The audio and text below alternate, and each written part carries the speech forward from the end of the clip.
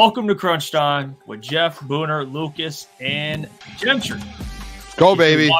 If you're not subscribe, please, because you guys have been crushing it. We're over 6,000 subscribers, 6.2 to be exact. Keeps going and going. And the people have been supporting the fellas, so we appreciate you for that. If you're listening, leave a 5-star review, whatever platform you're listening on. But boys, the NFL draft is officially behind us. It is officially behind us. Monday, April 29th. We did a lot of content this weekend. A lot. We started off at Thursday, 4.5, 5-hour stream. It was great at Bookies. It was a lot of fun. Again, appreciate that opportunity and appreciate everyone who came out and supported. We got to meet a lot of people that tuned into Crunch Time. So great event, too. Shout out Scotty as well. Great event. Yeah. And then we followed that up Friday. We got, 5 hours of rest, woke back up, knocked out a Q&A with the people. People tuned in for that. They didn't miss it. So whoever tuned in, thank you for that. We recorded a kind of a Terrion Arnold, I guess, reaction breakdown video. We jumped right back into it, did a whole watch party for day 2. That was another 4.5, 5 hours. A lot of fun. It just went by. And then the next day we did a day 3 watch party. That was like an hour by himself too. Yeah, shout out to the people. About you see it? Hold on. You guys want to see it? This is what it's about right here. Hold on. The Booner Path, baby. The Booner Path is among us. Things are happening. We're starting to see things happen here for a Super Bowl, if you guys were wondering. 6 things are working. Things we're reeling them in here now.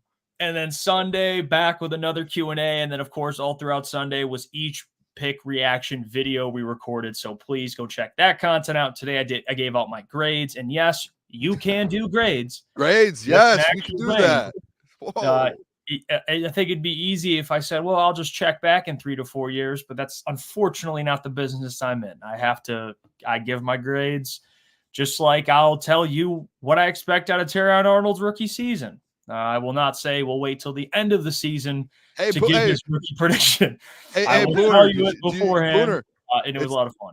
Booner, do you think the Detroit Lions are going to go to the NFC Championship game in the Booner Path? Yes, I do. It's not, hey, I'm going to wait till the end of the season to let you know. It's, yes, they're going. They're going to the Super Bowl. It's not, hey, let's wait till let's wait till the end of the season to tell you. No, what is it now? That. That's literally like something that everyone can reflect on. Everyone can reflect. I saw a lot of comments saying that, people obviously, but it's like, yeah, I'm going to give grades based on value, the player, and where they got the player. And really, it's my grade. So I'm giving the Lions a grade on what I thought of the player, where they took him, and what I project them to be. It was fun, and people loved it. So appreciate you for tuning in for that. But fellas, today we're going to go through, kind of give our, I guess, now it's been over the weekend. We got to everything got to settle. Give our reaction now to all the draft selections. We're gonna have Scott Bischoff on the show at 9:15. He's a show support to the fellas when we ask him to come on. He's gonna come on, break down the draft picks and winners and losers of the NFL draft, which we will get to as well. Before we start with anything, fellas, how are we feeling on this Monday post NFL draft? Like $1 million, Super Bowl incoming. Feel great. The Booner Path is in a very, very good spot. With your fingers, Boone. I don't know. I'm over here. I'm juiced up. You know, I have to lead all of these people here, millions of people. I'm juiced up here. I'm sure Brad Holmes. I'm sure Brad Holmes' fingers are moving and everything too all the time. So we're just working over here. There you go. Well, hey, what a weekend though. Detroit showed out, man. Breaking records, whatnot. Honestly, I lost track of the days, dude. I felt like from Thursday to Sunday was like the longest days of my life. But what a weekend for Detroit. They definitely showed out. The people did great. So just awesome to see, man. Oh, yeah, baby. Another layer to the Detroit Lions roster. Another week to break it down. Can't wait to do it with the fellas. Hell yeah. The Lions are done too. They signed a lot of undrafted free agents. I'll pull those up in a second. I know we kind of talked about it. We touched on it yesterday, but they did get more. So there's more additions. But you mentioned the NFL turnout, and I want to play this video because this was the crowd when Terrion Arnold was selected, and this was posted by the Louis Riddick. Yep, the Louis Riddick. The ball knower. That's Lucas's goat. But here, look at this video. This is when Terrion Arnold was selected.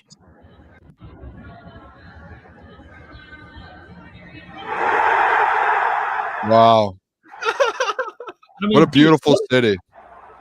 That is wild. What a beautiful city. Yeah. And did you see the video too of the I forgot who it was. I think it was on Barstool Detroit, but it was they stopped letting people in and they just walked over and broke down the fence and just overloaded it. Going loud or something. They just knocked over the fence and just started running it. Was that the record?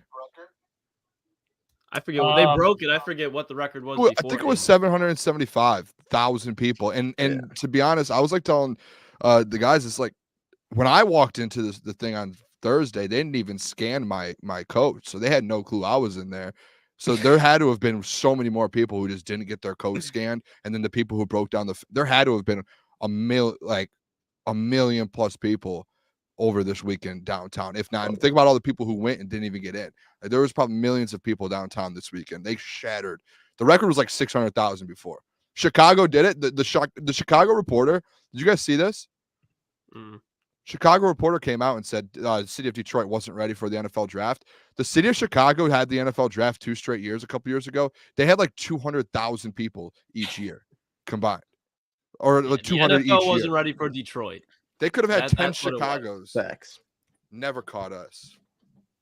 It was funny. I was watching Joe Klatt today, and he was giving his like winners and losers, and he was on the desk obviously for day 1 and 2, and he's with Charles Davis, and he was in the most professional way describing. He's like, it did smell like indulging, and I heard McAfee say that. He put it in a very respectful manner. Then he said that Charles Davis, they were like, it was just taking over the set. And Charles Davis was just digging into Pringles. And he looked at Joel, and Joel's like, "You good, Charles?" And he looked at him. He's like, "These Pringles are so good." He's like, "I love these Pringles." Charles Davis, too. Because Charles Davis got a contact high. Welcome to Detroit. Like, that's how you welcome the people. I mean, that's how you welcome them. Sorry, Macaroon. People were indulging in the what do you call it? That's what he said. The first national media show I turned on, the Pat McAfee show, it was like the first 30 seconds. Pat was just like, "It smells like weed here." So he just like said it just straight up, was like, we know this is a legal state. It was just instantly. And that was the first thing I turned on. So I thought of the doc right away, and I was like, instantly. Like Pat doesn't indulge. Oh no, he does. Panel. He admits to it too. They were loving it. I love that. Sure. Yeah, and I want to before we get into actually recapping, kind of giving our reactions to all the draft picks, I do want to go through and look at the undrafted free agent tracker and show you guys. This was posted on Pride of Detroit, so big shout out to them for kind of giving the updates here. And I see John in there too. John says classic. I love the Doc. I can't wait for Wednesday. Get Doc in here, man. He probably had a weekend too. I'm excited to hear what he has to say. But here's Pride of Detroit's 2024 Detroit Lions UDFA tracker, and it kind of shows who they brought in. We broke this down a little bit yesterday and gave our thoughts on who they had. I want to get into the kicker, James Turner, because they did address kicker. Didn't draft one though, but they did sign a kicker. They got Cade Peterson, quarterback out of Grand Valley State. Grand Valley legend. Go Cardinals. Go Cardinals. Go Cardinals. They got a running back. It's really rookie minicamp tryouts, though. I mean, that's kind of why they're here. Wide receiver Isaiah Williams, we broke him down. We're fans of his. Gave him a ton of money guaranteed. So yeah, he definitely had a market. Wide receiver Jalen Calhoun out of Duke. They brought in tight end Isaac Rex, BYU. Kingsley Igua. I'm going to butcher that one. Maybe? Yeah, well, Kingsley, we'll call him, from out of Florida. I know he had a market too, because they. Where'd you get Kingsley from? Is that like his full name? It's his first name, bro. That's his first name. Oh, my bad. I was looking at the last name. I thought you said Igua Kingsley, and I and I'm looking at the end of the last name. I'm like, there's no Kingsley. Iguacun? Kingsley Iguacun. Iguacun or Iguacun, one of the two. And then they got 3 centers, which stuck out to me. 3. Not 1, not 2, but 3. They got Brian Hudson, center out of Louisville, which I thought he'd be drafted. So that a lot of people are hyping him up. Yeah, he's huge, 6'5", just a nasty in the run game. Dude's a massive human being. So Brian Hudson, I don't know what to expect, but played at Louisville, started at center. So I think that's an intriguing one. I like Duke Clemens too. I like these two. I don't know a lot about Kingsley, but I thought he'd be drafted as well. I saw him on a lot of just kind of pre-draft stuff. But some centers they brought in, edge Isaac Ukwu. We talked about him. Yeah, kind of intriguing there. Edge Nate Lynn, who they met with already. We talked about him Saturday. Yep. That was someone we kept looking out for in the 6th round, but they didn't end up. No, he wasn't even drafted at all. Linebacker Steel Chambers, another linebacker, Deron Gilbert, cornerback, not Morris Norris, but Maurice Norris. Yeah, that's on me. That was on me. What a name, though. I kind of like Morris Norris way better. I kind of do too. I'm a fan of the Morris Norris. Whoever said that. Yeah, whoever said that. I don't know who did that one. Safety Lauren Strickland, safety Jalen Garnes, long snapper Hogan Haddon, and then kicker James Turner, the kicker at Michigan this year at post Jake Moody, who they did say they wanted to bring in some competition for Mr. Michael Badgley. And who would have thought before Jake Bates gets signed, they brought in James Turner, the kicker. I do know James Turner. By the way, he's decent. We could pull his stats. His stats aren't. I think he might have missed 1 or 2 kicks all season long. I think he was perfect in extra points. But yeah, maybe 3. He wasn't bad at all. I think he might have been. I could be wrong with this, fellas. I should have had notes on this. I got it pulled 4 up. for 6 maybe outside of 50, if I remember correctly. I think it was 4 for 6. So he's not terrible. The Jake Bates thing, by the way, he missed some kicks this week, and I heard. I didn't watch any of the Michigan Panthers game, but I believe he went 1 for 3 and missed a 50-something and a 60-something yarder. So he missed 2 big kicks. So interesting. Hey, what goes up must come down sometimes. You know. I hate hearing you, Jeff. What? I hate that the up-down theory. Yeah, it is the up-down theory. Yep. It's just the law of averages. You know, it's. If he kept hitting 62-yarders, that guy might just come down as the greatest kicker of all time. So the up-down theory lost us a lot of money during the season because of you, Jeff. I'm just gonna say that. I pitching my up-down theory, it got you into some. That's on me. I did. I was pitching you on that. Dude, he hasn't done it in 6 weeks. He's doing it this week. I swear. I do have some stats on James Turner. Weeks. Let's hear it. James Turner was 4 for 10 from 50 yards out, and his longest kick in 4 years. That was through 4 years of college, where he played at Louisville before he went to Michigan. And his longest kick in those 4 years is 50 yards flat. So I was about to say, I don't remember him being that great at Michigan, but he did make the ones, kind of no Jake Moody, Badgley-esque, the ones that were kind of given to him, but nothing crazy too long by any means. I'm sorry, a year late.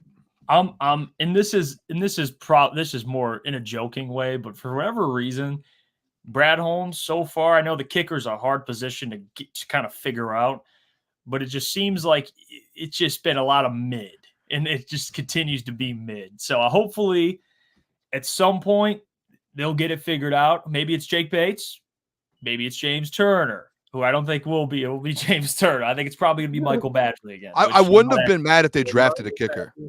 I would not have either. I would have liked that, to be honest.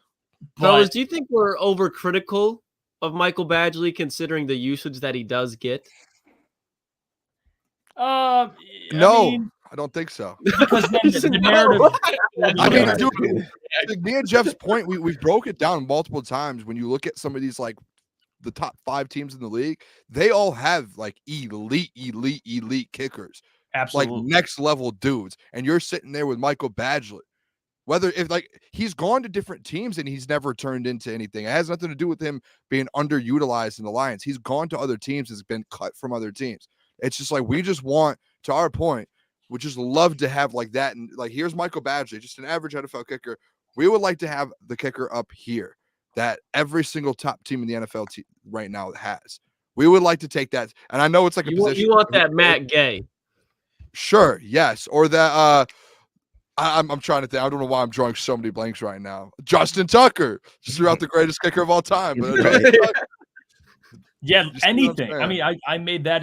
You look at the teams in the playoffs. The Lions were in terms of kicker, they were way down here. And people who defend this guy, he doesn't go to the other teams and gets cut every other week. He was Like, a fine kicker for the Indianapolis Colts, Boone. He was a fine kicker for the Colts. Who? Well, this comment Money is bad. probably Bon Jay's is probably spot on. There's going to be someone cut in camp, and that's who they're going to bring in. That's For sure. It's kind of the only option at this point, unless Jake Bates is the savior, which, like, I don't know. We'll see. But yeah, it's the only thing people, when you bring up, and I know I talked with Adam about this, but when you say, well, Badgley's not that bad, the thing is, like, the argument is like, well, do they even trust him? Like that, there's like that. Is the volume of kicks not there because they don't want him to attempt them because they know what he is? Like, there's that too. You don't really know. All I know is when he gets opportunities, rarely does, by the way, which I think is a little of both. I think it's a little of, Dan Campbell being aggressive. Also, Michael Badgley just stinks. He's mid. If you don't want me to be aggressive there, he's mid. So they definitely got to upgrade. I'm not mad they didn't draft one for Christian Mahogany. I think a Jag. Yeah, he is a Jag. Yeah, absolutely. Just a guy. Fine. That's what he is. But you saw the kickers get drafted. I mean, Will Reichard, Cam Little. Speaking of the Jags, they drafted Cam Little from Arkansas, who's a good kicker. I know ETN, that's my guy. He just Josh Carty. He's a Ram. Where did Reichard go again? Didn't he go to the Vikings? Vikings, Minnesota. Yeah. Yep. Reichard. In the division, so we'll get to see how good he is. Well, scary what's up, they got. I just want to. It's amazing to me the development when you talk about the kicker here in Detroit. The people who are like, "Oh my gosh, why are you going to like Frank Booner? You can't be smart. What are we doing?" It's like you just can't. You can look at the kicker and say, "Hey, he's not the best in the world." I don't know why Lions fans protect Badgley with their lives. Crazy to me. Yeah, it's quite a hill to die on. Crazy thing. It's a crazy thing. It's a wild hill Sorry. to die. Well, speaking of, you brought up the NFC North, which we'll kind of get to later in terms of the draft, but I do, before we get into the actual draft, can you just look at this for me? Because I brought this up on the show a while ago about really what it's going to look like in the NFC North, and here it is, with just the youth now. And this isn't a knock at Goff, but it's just interesting to see it. Like, now Goff is the oldest by, what is that, 9 years? Oh, no, not 9 years, because that'd be JJ, 7 years. The next closest would be Caleb Williams in 2001. But now Goff's the old man at 29? 4 years. Oh, yeah, 1998. Yeah, sorry. I'm looking at 2001. Yeah, Lock in over there, brother. Lock in, Iafrate. Yeah, I went to JJ to Caleb and missed Jordan. Yeah, no, you're right. 4 years. So 4 years is about biased over there. No, I'm not. I went JJ first, so that comment is not true. Definitely not towards JJ. But hey, a lot of youth in this division, and I do think, guys, I'll say it right now before we get to it later, I think the NFC North is going to be the best division in probably a year or so. I think the best division in football, especially skill positions. Definitely skill positions. Yeah, I could see it. I think the AFC West, especially when Harbaugh gets good, give him a run for their money. AFC North will still be there, but I don't think that's an ignorant take whatsoever. Especially not only the skill positions, but the quarterback play. If all these quarterbacks, they're in very good situations. I don't think there's a bad quarterback situation in the NFC North, and the defenses outside of Minnesota are pretty solid. And they just got Dallas Turner, and they're trying to improve that. So I don't think that's an outrageous take whatsoever. I think because of the QBs and the coaching staffs, obviously outside of Chicago, I think every coach in the NFC North had some good coordinators, and they're pretty set up for success. So I think it's going to be long-term success really for most of the NFC North. Yeah, I mean, it'll probably be the toughest division in the next 2 or 3 years. Once these quarterbacks, like once JJ gets going, once Caleb gets going, and then once Jordan Love gets his full force, and then once you re-sign Jared Goff to that extension and he's going and you have a team around him, it's going to be the toughest division in probably. You already saw last year the Packers, who weren't supposed to make the playoffs and beat the Cowboys on the road, and that was just out of nowhere. Now you're in the future. Now you're looking at it more. Now you're adding the number 1 draft pick, and you're adding JJ to that Vikings team with those weapons. It's going to be scary. And the Vikings and the Packers both address defense too in this draft, which was like a big question in my opinion. That was the big question mark to where I was like. And I think Packers fans love what they did. Tom Grossi probably loved what they did in that second round there. So it's getting scary here. You're going to see for the next couple of years, you're going to hit a certain point to where every year there's going to be 3 teams from this division in the playoffs every single year. Yeah, I wanted to say something before Jeff goes on. I know what he's about to comment. That Packers first round pick, Jordan Morgan, like he was kind of like rated like a second round guy. Bill Belichick was like really high on him on the Pat McAfee show and said that it wasn't a reach by any means and that he's one of the better tackles that were in the draft. So like we kind of overreacted at first when we were doing the draft and we were thinking about Tom and whatnot. But that pick might pan out there was a lot of people that were giving him his flowers and whatnot. So all I will say is this. The Packers needed a corner very badly. They still do. And they, I guarantee, thought, oh, Dallas is picking in front of us. They got Trayvon Diggs and Deron Bland. We're about to let Terrion Arnold fall right into our laps. Because if you're looking at Jordan Morgan or Terrion Arnold, especially how heavily defensively they drafted, you're taking Terrion Arnold every time. So Jordan Morgan, that's cute, but he's not going to be he's nowhere near David Bakhtiari. That's all I got to say. And and I'm not calling you out, Gentry, with this, but Bill Belichick, you go back and look at his recent draft prospects and who he's taken. Outside of Cole Strange, who was a reach by all means, he's a solid center. But Bill Belichick, as of lately, his draft's been missing.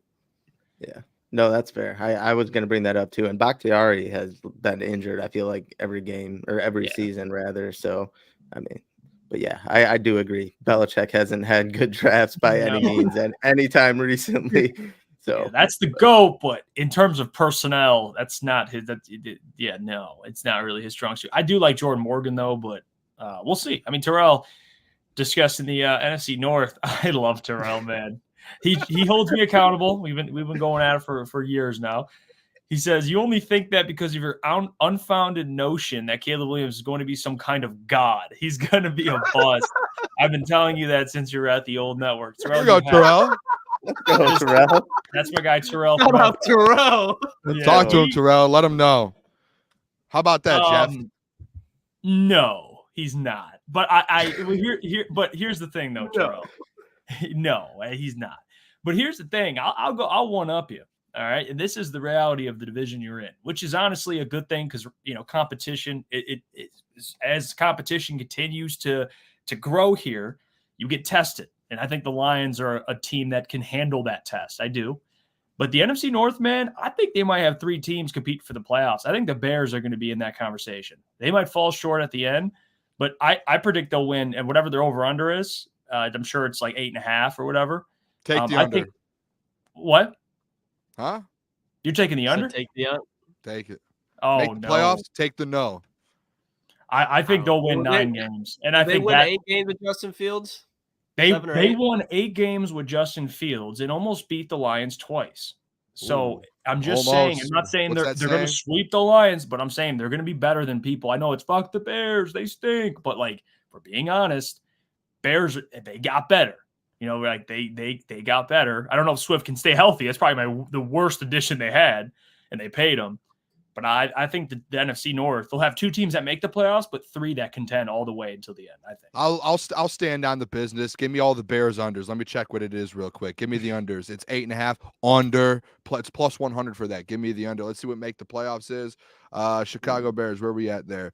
To not make the playoffs, minus 114. Hammer that. I don't care. I'll stand on it. I did it last summer, and guess how that worked out for me? Everyone told me, Booner, Justin Fields is going to be an MVP candidate. He's going to be great. This defense got built up.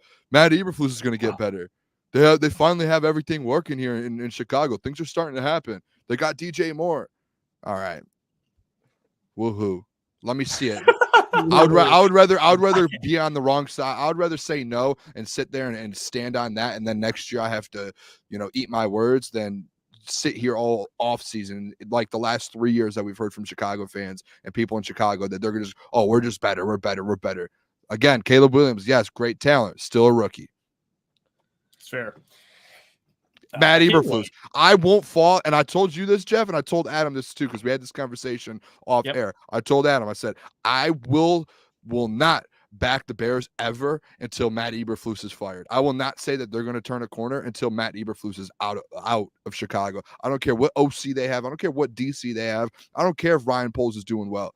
Until Matt Eberflus is out there, I have no faith in that football team or franchise. Bro, the crazy part is if Matt Eberflus wins like 10 games and the Bears win the playoffs, hypothetically, he's going to be a coach of the year candidate. Oh, for sure. I'm going to have to really take a step You're back. going to see Matt Eberflus coach. I'm not saying he's going to win it, but he'll be in that top 5 for sure. He'll get a vote or 2. Hey, he might win it. The Chicago Bears have been so bad, dude. He might win it. Why would you say that? Why would you say he might win it? I don't understand. Because I thought Dan Campbell should have won it last year doing the playoffs and doing what he did. If Matt just said they're not going to be close. Well, they're not going to, but if they do what Lucas has just said, buddy. Okay. I don't like Matt Eberflus either, but to be fair, the Bears will be better. I do have some odds for you fellas. Matt Eberflus is 3rd highest odds to be coach of the year at plus 1,400. 3rd highest. Behind who? They're only in front of him. He's tied with Jonathan Gannon. Him and those 2 are tied for 3rd. Oh. And then number 2 is Raheem Morris, and number 1 is Jim. So I'll take Jim. Oh, Jim's locking that up, probably. Give me Jim. I'll take Jim. Give me Jim. Jonathan Gannon. That is wild. Yeah, those 2 are both 14. While you're at it, you might as well do Cornelius Johnson, offensive rookie of the year over there in LA, baby. No, it's going Brendan Rice. Sprinkle, Boone. Just sprinkle. What about Lad McConkey? A little salt bay on that. Cornelius Johnson. Hey, they got hey. About the other wide receiver they drafted, Boone. Come on. Brendan Rice. Yeah, dude, they have a nice little. One of those guys has to work, right? One of them. And Lad. Lad too, man. Well. Wow. Weapons. Cornelius Johnson will be a fine gunner on their punt team. He'll be a fine gunner. We'll see. Yeah, they're going to find a way to get him involved. Dude is a wide receiver. Who's their OC again? Shane. Who? Chargers. The Chargers. Oh, I thought you were saying the Bears. It was the Greg Roman. Yeah, Greg Roman. Former Ravens OC. Good dude. Mm-hmm. He actually was Jim's OC back with the 49ers. And then went over there. Yeah. Frank Gore offense, baby. Yep. Colin Kaepernick. Well, fellas, the draft's behind us. So let's get into it. Now it's Monday. Monday overreaction. This is where we kind of give your thoughts now. We've had time for it to simmer a little bit, settle in. Yeah. Lions traded up 5 spots to get Terrion Arnold. All right. Corner out of Alabama. And it took me probably it's just his press conference on top of watching the tape to love him. I know that the presser was just, he reminds me a lot of the way he talks. This is why you have to talk. If you're a corner, especially, confidence is so key. I mean, you can, get a pass break up and then the next snap you get burnt. So confidence is everything for especially corners. But to hear him talk and to see that video of him as a kid, this, I want to be great so bad, yelling, I want to be great so bad. Like the mentality he plays with, man, I love this guy. I love him. And I think AG, once he gets that cornerback room, there's your CB2. Ooh. Very well could be CB1 by the end of the year, if not next year. He will certainly be. Guy's a dog. So great pick. Think about what happened to this transition from Brian Branch from Bama to the Lions with AG, and now you're looking at a Terrion Arnold coming in, first-round draft pick coming in with AG from Bama with Saban. Saban was on the broadcast, and obviously he's going to hype the man up because he played under him, but he said, this is an absolute dude. Like, the Detroit Lions got an absolute guy out of Terrion Arnold, and it's not just, on the field. Jeff, like you said, that mentality as a CB1, to have that, you see guys like Sauce, the mentality that they have, that where they're like that guy, it's like they're like a pop star or a movie star, and they're just you have to have that mentality to where you're just an absolute dog and you're basically just him, because you have, Klotz says it all the time, that's the hardest position in football. You have to be able to have the confidence to be able to stand in front of Justin Jefferson and lock him up. That's tough, dude. And I think Terrion has it. And the way Saban's talking, Terrion wasn't just a good football player. He was consistently, it is the craziest thing, but off the field, he was just a great teammate. He was always hanging out with the guys. He was always going over. Saban was he comes to my house every week to play cards. Think about a guy like that. That is a Dan Campbell, just absolute dude that just loves to just be around football, doesn't want to ever leave football, and just wants to keep getting better and better and better. I think he's going to end up being the CB1. To me, Terrion, he's going to be an all-pro in this league at some point. He is going to be an absolute dog in this league, whether it's, in 3 or 4 years down the line, whatever it is. When you see a guy with the mental fortitude like that, that dude's going to be very, very good for this football team. I can't wait to see him play. Mm-hmm. Carl, I cannot wait. Yeah, my favorite quote from his post-draft conference was when he said, I prep for the NFL and I play quarterback and I play corner. And he's obviously not playing quarterback out there, but it shows you how much he prepares for the game. And the quarterback position, in my opinion, physically is the most difficult position to play in all of sports, because your main job is to stop the guy that knows what's going on in front of you and you have no clue what's coming. So you're just strictly reacting. When you have to analyze that, every little step could give off a key to what that wide receiver is running. So when you have a corner that's that young, he's 21 years old. He's younger than me. So the fact that he's that young, is that confident, is that mature, with that amount of talent, I think it's very, very hard for him not to work into the NFL. And he's a perfect fit in this locker room. And I just think he's going to do everything it takes in order for him to be great, to how Jeff was saying, like he said, when he was younger. Yeah, no, and Terrion was number 3 on my most wanted list, with Quinyon coming in at 1. I think you just went out and you tackled your biggest need. Obviously, he was kind of falling to you, but you went out and you secured him. And AG talked about how he would love to have him. Now he's got him, your future cornerback 1, which we are uncertain what happens after this year with Carlton Davis. So you get extra security with him and Rakestraw. And you really have a whole revamped secondary. So I'm not going to go out and say like Aaron Glenn's on the hot seat, but he has a full new revamped secondary that he has to go out there and make some noise with now. There's really not excuses like, or a get out of jail free card like there was last year for the secondary getting cooked on the stretch there. You got legit dudes in that cornerback room, and now it's time to go out and show it. Do you see Javon Baker's quote? He said, yes. He said, get your popcorn. I make people in wheelchairs stand up. Did you see Crazy. that? That's wild. That is wild. Yeah. That's a bar, though. Yeah, that's a bar. And I think Terrion Arnold has that type of swagger. Not that wasn't his quote, but it was a hell of a quote. But he had some great quotes too. Like he kind of brings that prime swag, like that corner swag, but he's also really humble. I mean, he's got, I don't know if you saw the clip. I was watching NFL. They do a get to know the rookies video where they kind of showcase all the rookies, and they talk about their experiences and just getting into the NFL. And one thing that Terrion would do, and still has a good relationship with the equipment manager at Alabama, a great relationship. It's like his guy. And he said, I think that the equipment manager told him, Terrion, he's like, I don't know why you treat me so well. Like, you treat me better than I probably deserve to be treated. And Terrion's like, nah, you treat me better than I deserve to be treated. Like, got that man in an Alabama jersey. Yeah. He told the equipment manager, when I get to the NFL, I'm giving you my team jersey. And he's tight with the equipment manager. That's the type of human being that the Detroit Lions look for. Just a great dude, man. I think there's a fine line between confidence and arrogance. And I think Terrion Arnold is the definition of having confidence, but still being a down-to-earth human being and being in touch and aware. The fact that he's that aware as a human being, it then translates onto the football field. I think too, when you really do like watch him, a lot of these interviews he did this last weekend, you see a lot of guys who are arrogant, who are like, I'm the best there is. I'm the best ever. I don't care about winning. I'm just the best in the world. I'm the best to ever do it. And you see a guy like Terrion who's like, I want a gold jacket and I'm going to get a gold jacket and I'm going to do everything it takes. But guess what? I'm also going to bring a Super Bowl, and they brought me here to win a Super Bowl, and they brought me here to be a team guy.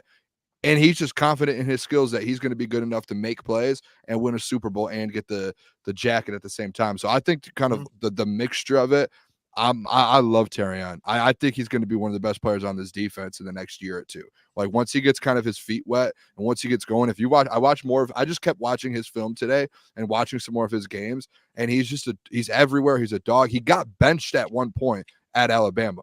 He got benched, and he said that was my Michael Jordan moment, and I'll never let that happen again. And usually when guys go through stuff like that switch in your head flips on, and he came back, and he was one of the best in the country at what he did, dude. And I think at some point he's going to be one of the best in the league at it. And he's going to be competing with some dudes.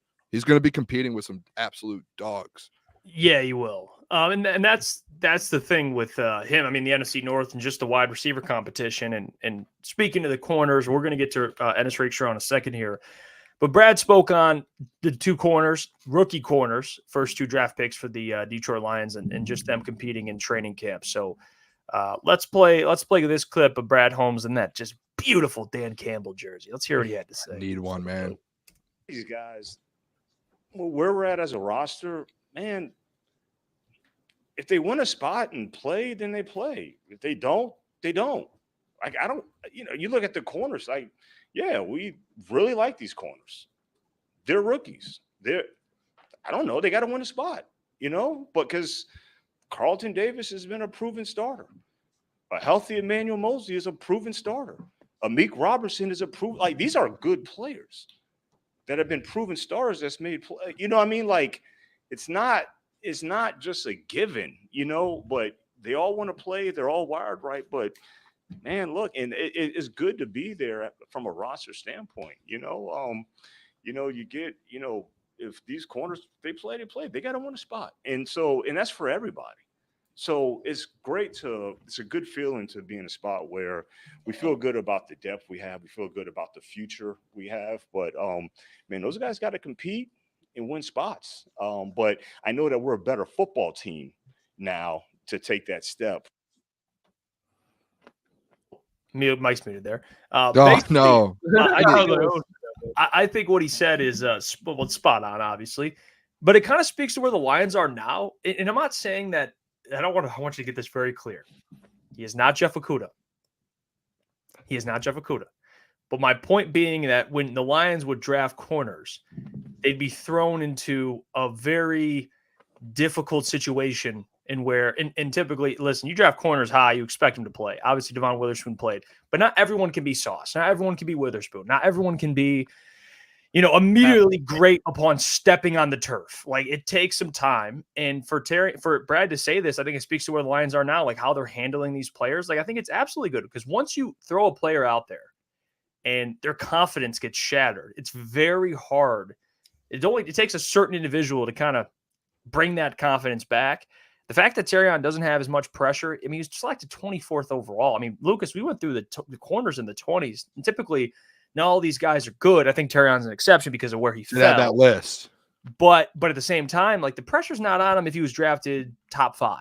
I don't even think it's just different pressure. And he's in a good situation. It's not even just for corners though, guys. Like, it's like every position group on this football team now. Like, when you get to, like, it's the same thing with like the 49ers now and the Eagles. When you get to a certain point in your franchise, when you're just playing really, like, you have depth and you have the right staff and you have just the right franchise that's built up now in the culture. It helps rookies come in. That's why there's that point to where, like, Brad, year 2, year 3, you see some of these value pieces like at the back end of the draft come in and be successful is because they've built such a good culture now to where you come in and now you're surrounded by greatness now. And you're surrounded by great players, great coaches, great everything. And it helps these guys kind of get into the league to when years ago with the Lions, you bring in rookies who there's no culture, there's no building blocks built, and you just come into something that's just terrible. You're not. It's like that all around the NFL with bad franchises. So I think we're at the point now with the Detroit Lions, where rookies are going to come in and they're going to be able to be way more successful because there's that built franchise. Those building blocks and the foundation is so built up to where it helps these guys kind of do that. And Dan, credit to Brad and Dan, because they're the ones that built it from day one. That they're the ones that made that happen to where now you bring those guys in and they have the opportunity to be great. Yep. Yeah, no, and I think the competition with this cornerback room is what's going to take them from good to great. No one's going to feel safe showing up every practice. They're going to go out there and leave it all because they know there's a next man guy up right behind them that can come in any day, and he's going to be working his tail off to take his spot. So I think the motivation that's going to come through the competition is going to really drive this cornerback room to be great because these guys all want to be a part of the next step that takes this Lions defense from the top 10, top 15 to top 5. And when then those guys are dominating the league, they want to be a part of it too. So the competition is really going to take the next step or be the next step for these guys to go from good to great.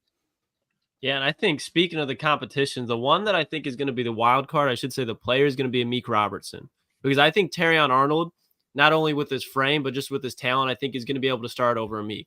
But I think Amik and Enos Rakestraw, that's going to be a battle that all training camp people are going to love to watch because people, I think, are going to, by default, just off the recency bias, kind of put Rakestraw there. But when you look at Amik, man, I mean, he's coming off a solid season where he was the number 1 corner, and he's still getting doubted. I mean, he didn't sign the biggest contract, and now he's already getting slotted to the cornerback 3. So I think when week one comes, I think Amik Robertson's going to be somewhere in that starting rotation. But then when you have the flexibility where if he goes down, if Terrion goes down, if Carlton Davis goes down, you can bring Rake Straw in. I love the idea of it. I think it's finally going to let Aaron Glenn in the secondary wise run the scheme he's finally always wanted to, because he has the playmakers to do it. I think Aaron Glenn's always had some good players, but as of the last 2-3 seasons, he's got playmakers, which is what he needs to succeed.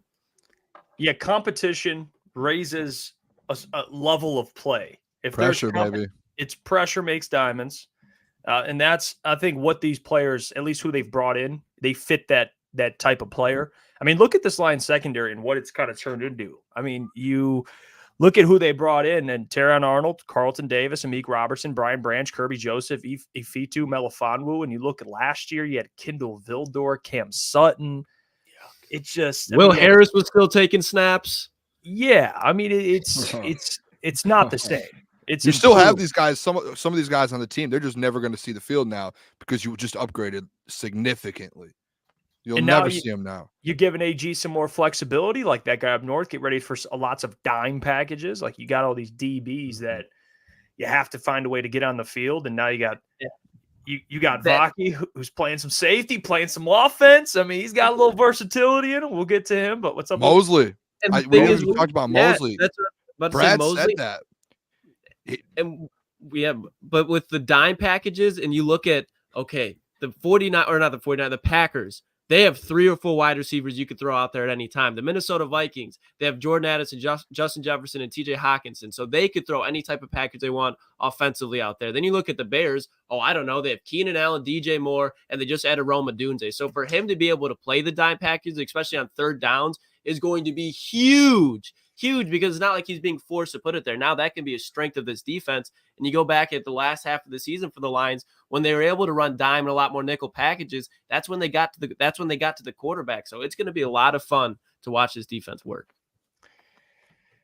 Yeah, I mean, and I want to get to in a little bit here. We'll break down Ennis Rakestraw because I thought that pick was I didn't expect him to fall. I know we all agreed we weren't on board with him in the first round.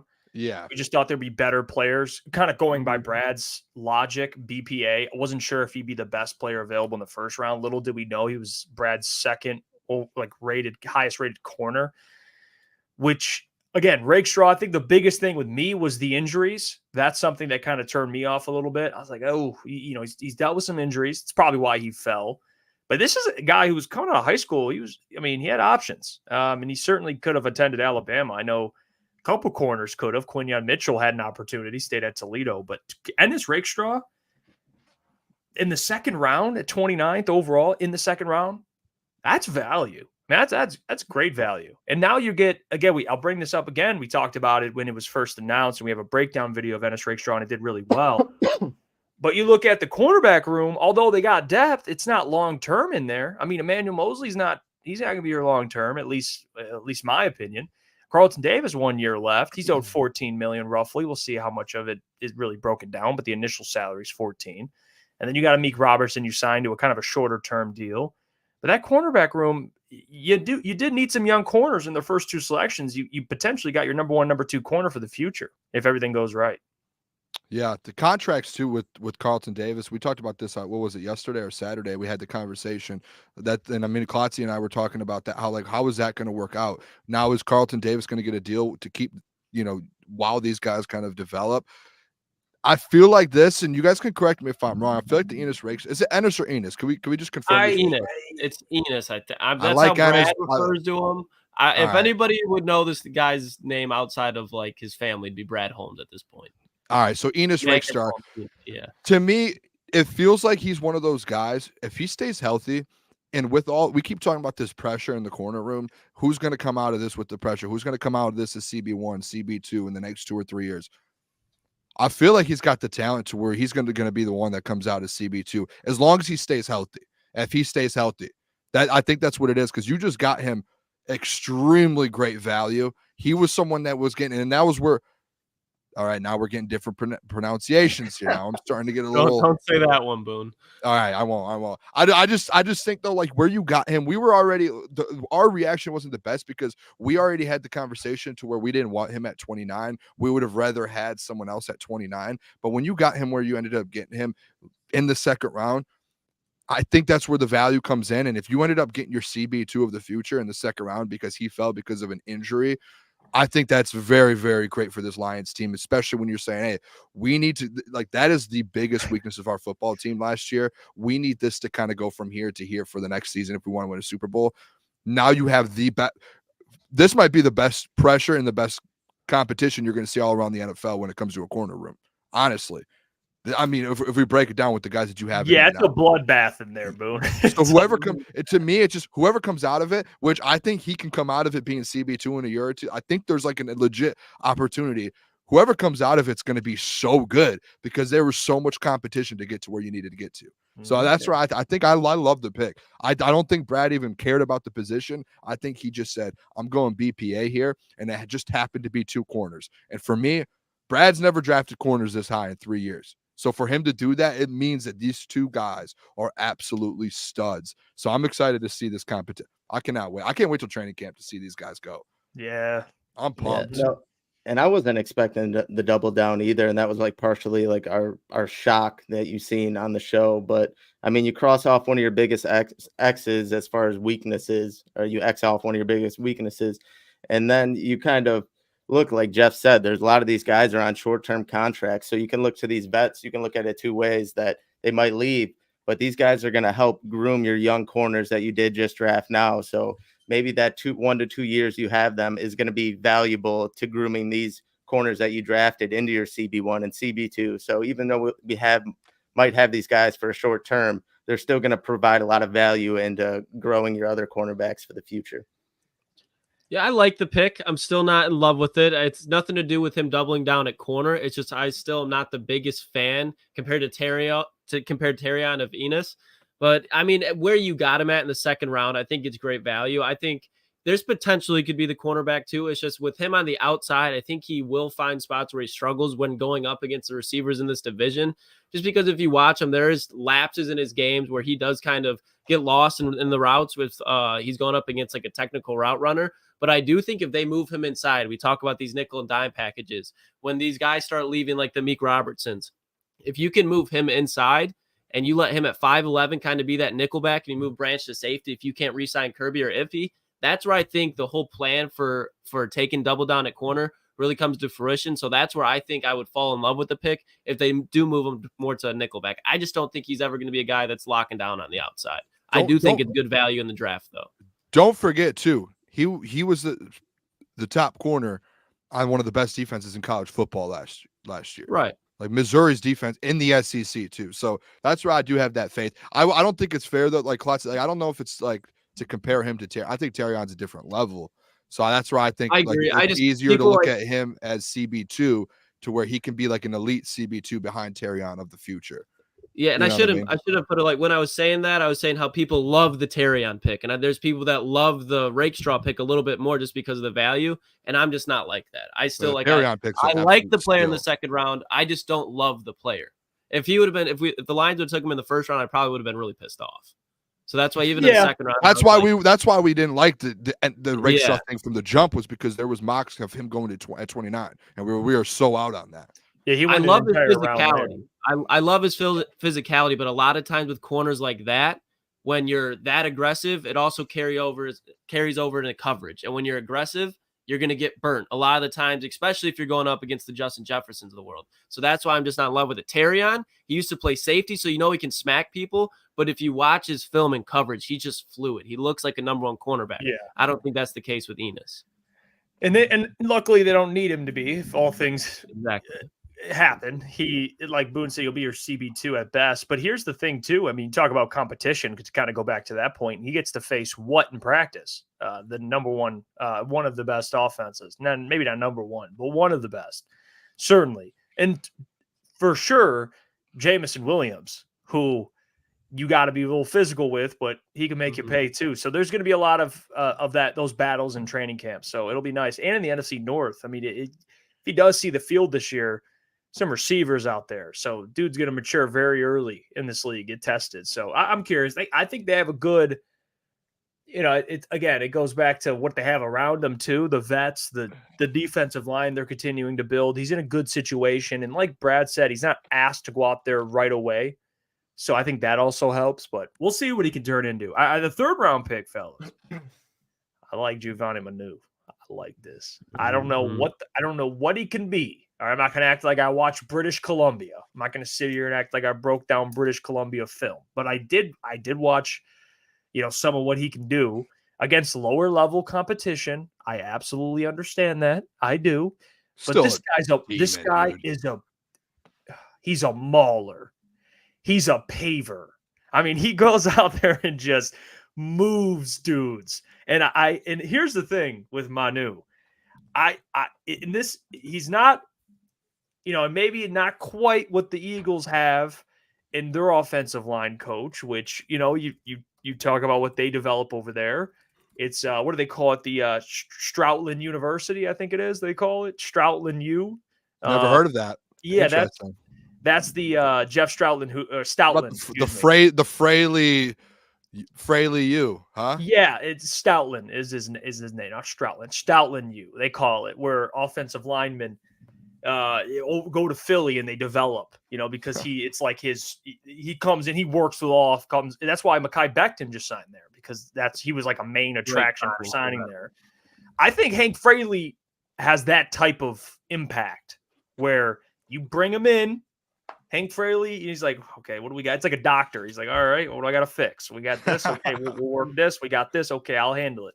I think Hank Fraley can develop him into quite the player. I know that he had an interview and he talked about maybe they have a vision of using him at guard, which maybe he could be a Vitae type where you put him, again, whatever the adjustment to the NFL, the quickness, I get all that. But you can't teach 6'8", 350 with no gut. He's got no gut. I don't understand it. Imagine him and Panay. You run a screen pass, you leak out Jahmyr Gibbs. Even if you don't even have him at guard, you just have him out there as an extra package, maybe move him out as an extra tight end like they do with skippers sometimes. And you just dump it off to that man.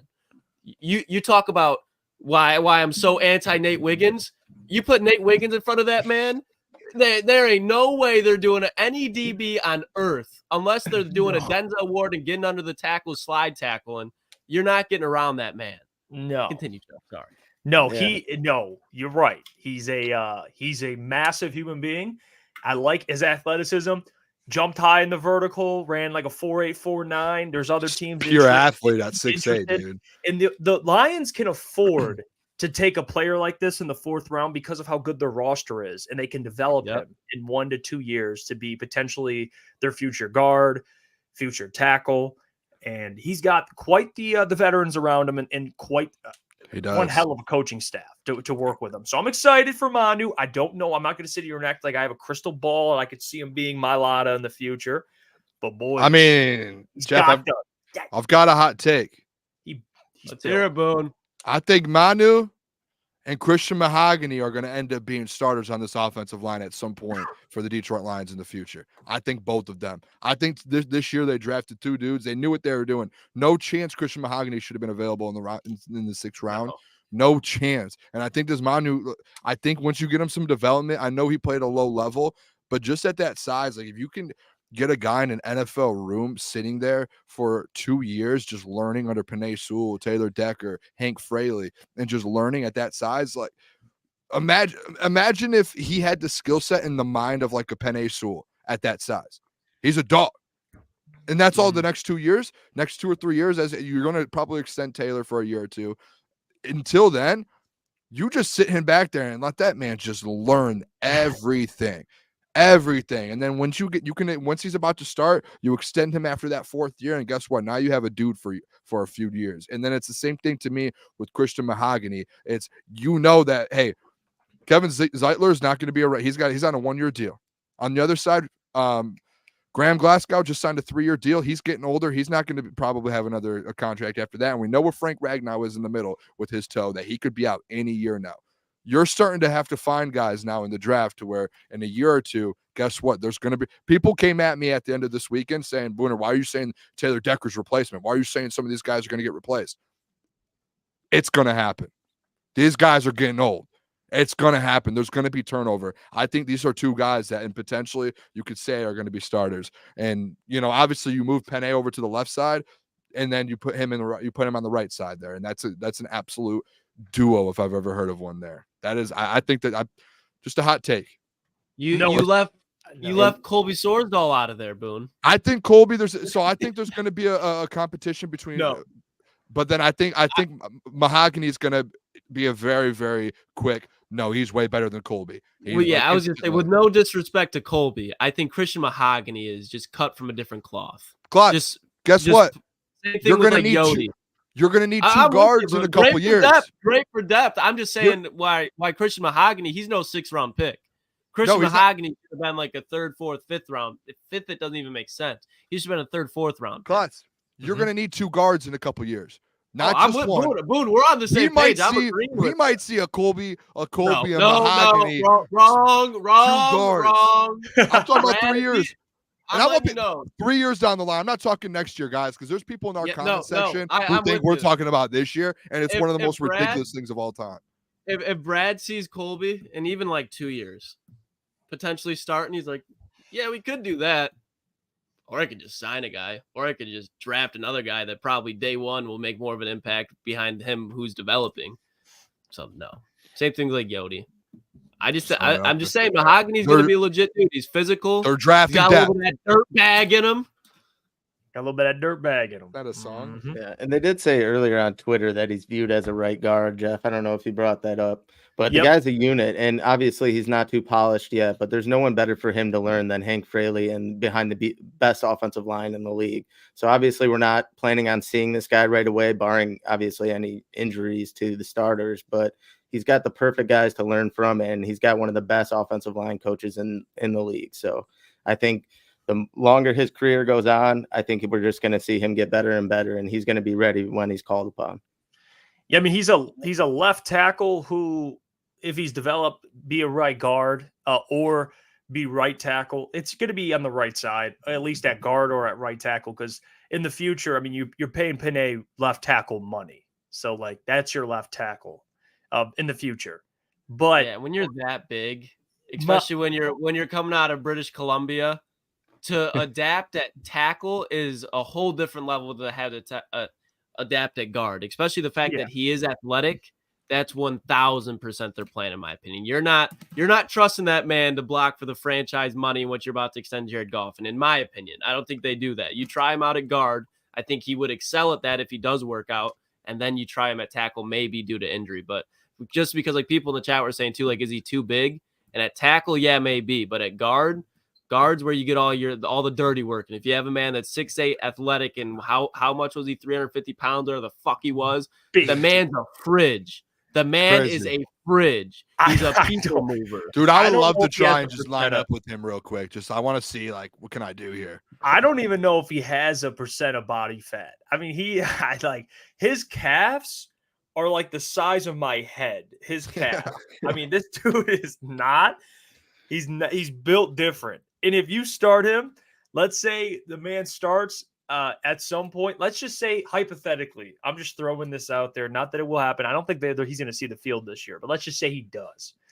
And he goes in at guard. They get him ready. They prep him. If they can get Skip out there, and I know Skip's more seasoned, he's more but if they put him in that Skip role, you got Penei. Oh my gosh, dude. In Mahogany, who's ever on that right side, neutralized. They're like, how about neutralized? How about we do the left tush side, push, the tush push, and just let Mahogany push. I've always said, bro, put Demon under center, and just that's your Jalen Hurts.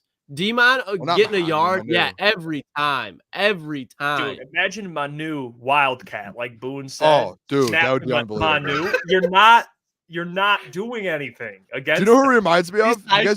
He's high. You guys remember that? What's the movie with Adam Sandler? The football movie. I was the longest yard. The dude, the big dude, the prison cell that breaks his nose.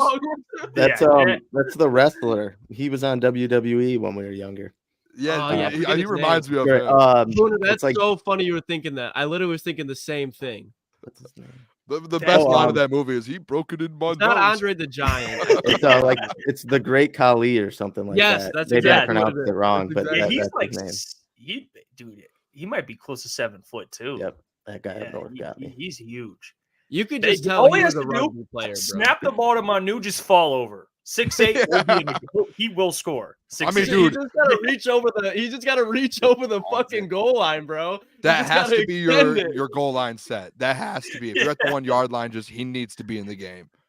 Put Skipper at tight end, Manu at fullback, and Monty at halfback. And every time you just motion Monty out of there and let him be a little wide receiver to get the corner of safety out, empty out the box a little bit, and you send Manu over the hill. That's what it's called, Manu over the hill. Yeah, that's Fucking coin ridiculous. But fellas, they did draft. I'm curious what the plan for Sione Vaki is. I'll just call him a football player. I don't even know what to call him. He's a ball player. He's just a football player. He played safety, running back when they needed him to. He had a big game this year. I think he had 2 big games.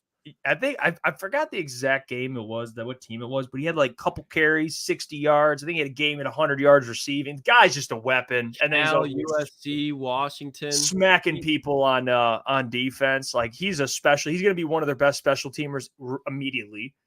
But you might get a little bit of that Vaki, some sets, and on offense, Vaki's touching the ball because when he has the ball, guy can make plays. That's what stood out to me. As a runner, he runs like Austin Eckler. Is once he gets the ball in his hand. But this is a hot take, fellas. You might hate me for it, but I think if you really break it down, I think Vaki is the best pound for pound football player that the Lions drafted in this class. If you just look at what he can do and how natural he is, I'm not saying he's going to have the biggest difference, but when you look at just pure football players, not one player in this draft can play on all 3 levels of the team.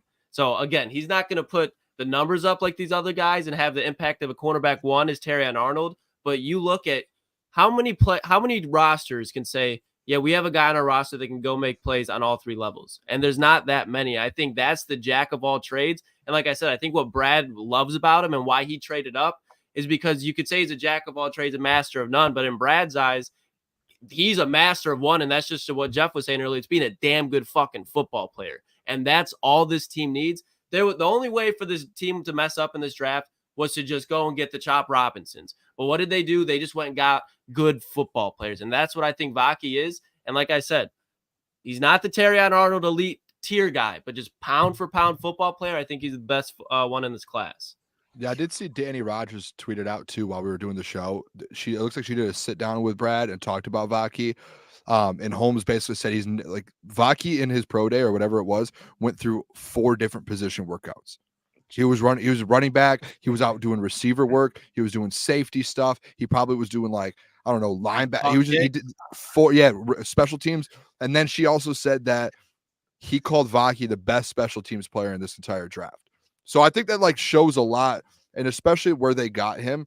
A lot of the value charts you saw, I think Vaki was the one that was the biggest reach, but I think they loved him so much, like Lukas said, as a football player, to where when you say, maybe positionally, if you're just looking at maybe just as a running back or as a safety, maybe you could say, it was a reach because he's not, like Lukas said, he's not going to put up a bunch of numbers. But as a football player, it's not a reach because he's going to be this is a guy that's going to be able to do everything. And we had the conversation the other day to where Brad on the press conference said, if we wanted to, we can put him as running back and we can make him great at that. And he's going to be really good at it. And that's to where if you just sit him there with Scotty Montgomery and that running back room for the full offseason, imagine how good he can get at it. He had multiple games with over 150 to 200 all-purpose yards in the Pac-12. He's going to be a dog, an actual legit dude. And this is a guy, real quick, Gentry, before I go. This is a guy in high school who had 1,300 yards and 20 touchdowns in Division I. He was Northern Cal Prep Player of the Year. So this is a guy offensively. He can play at receiver too. If you go back and look at his highlights this year against Washington, he took a tunnel screen where he's lined up wide. He was the X wide receiver, just the formation they were in. And he took it 60 yards of the house. So if there's ever injury depth of the wide receiver core, that's another guy that you can just plug in there. Yeah, and I'm not against the pick. I like him as a weapon, and I think they're going to utilize him on special teams. pretty with like the new rules and whatnot. My thing is like they weren't too successful with utilizing Jahmyr Gibbs and other players in the screen game. And they have Jahmyr Gibbs, who's an absolute weapon, and they couldn't even capitalize on that. So I'm just curious on how that's going to work itself out, because Jahmyr Gibbs, J-Mo, these guys are deadly in the screen game. And I'm not necessarily saying take away. I don't want him to get touches and whatnot, but I'm not sure I want to take away touches from those guys in the screen game, just like because those guys are deadly and they still haven't even conquered that hill yet. And getting those guys involved, because I've seen a lot of screen passes that were nowhere near Gibbs and at his feet and whatnot. So I'm not all that confident to just stroll a guy out there when you haven't even gotten your regular guys good with those screen passes and those crazy plays. So I think it'll just be situational with him. Yeah, I think it'll be like this. A situational situation to where, like, yeah, you're not just going to throw him out there to take, 2 or 3 snaps. It's going to be like Ben Johnson's going to put him in situations like trick plays or, still have Gibbs out there and somehow get the ball to Vaki and make a play out of it. I think that's where he's going to end up being. If he ends up making the roster, I think he will, but I think that's what it's going to be. And a legit special teams dude. What'll end up happening, and I love him, made a great block last year, but it's going to be bye-bye Craig Reynolds. I think when camp rolls around, I think that's what'll happen. Because if you ask me who's a better running back, a pure running back, pure athlete, between Craig Reynolds or Vaki, I know it's early to say, but I think just athletically, you watch what he can do with the ball in his hands. I think Vaki has a higher ceiling, so you let him develop. And I don't want him touching anything close to Jahmyr or David Montgomery's touches. But there was a game last year against the Tampa Bay Buccaneers where both Jahmyr and David were out. So if you throw Vaki in there and that's how he gets his touches, I don't hate it. But at the end of the day, I think he does take Craig Reynolds' role.